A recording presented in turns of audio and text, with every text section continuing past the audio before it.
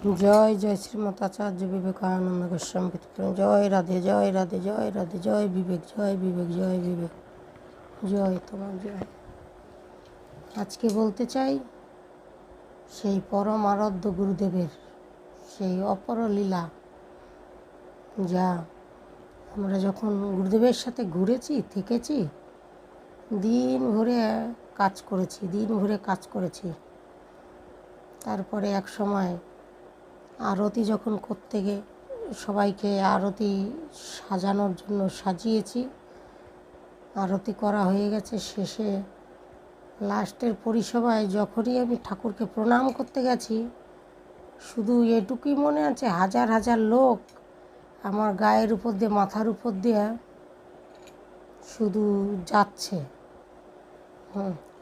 আমি বেহুশ হয়ে পড়ে আছি। আর গুরুদেবের গলায় যে মালাটা ছিল, পরে দেখলাম আমি একটা সাইডে বসেছিলাম, পরে দেখলাম গুরুদেবের গলার মালাটা আমার গলায় পরানো রয়েছে। তো কেমন অলৌকিক দৃষ্টি, কেমন অলৌকিক ভালোবাসা, কেমন অলৌকিক টান, আপনারাই দেখুন, ভাবুন।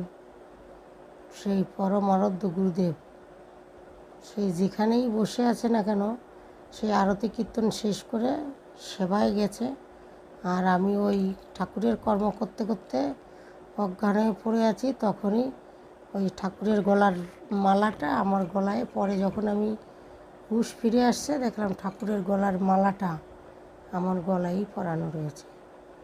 আর গুরুদেব থাকতে এত সেন্ট আর এত ঘ্রাণ পেতাম আমি, এখনও কখনো কখনো পাই সেই ঘ্রাণ, সেই সেন্ট, সেই পাগল হয়ে যাই মোহিত ঘ্রাণে। সেই গুরুদেব থাকতে যে আমরা ভালোবাসা প্রেম আস্বাদন করেছি, কখনো কখনো এখনও আমরা সেই পাই সেন্টের ঘ্রাণ, সেই রসতত্ত্ব, ভালোবাসার সেই অমৃত ভাণ্ডার, যা আমাদের হৃদয় মন এখনও ছুঁয়ে যায়, এখনও গেঁথে থাকে। আর গোবিন্দ এসে গেছেন, গোবিন্দ সর্বস্ব সবসময় রয়েছেন। আপনারা আস্তে আস্তে আরও জানতে পারবেন, বুঝতে পারবেন, আরও ভালো কিছু দেখবেন, ভালো কিছু পাবেন, ভালো কিছু হবে। তাই এই কলিকে জায়গা কেন দিয়েছিল জানেন? বলেছিল যে এই কলিযুগে তুমি ঘরে বসেও যদি হরি নামের আস্বাদন করো, তাতেও তুমি সেই পরম ফল পেয়ে যাবে। সেই ভালো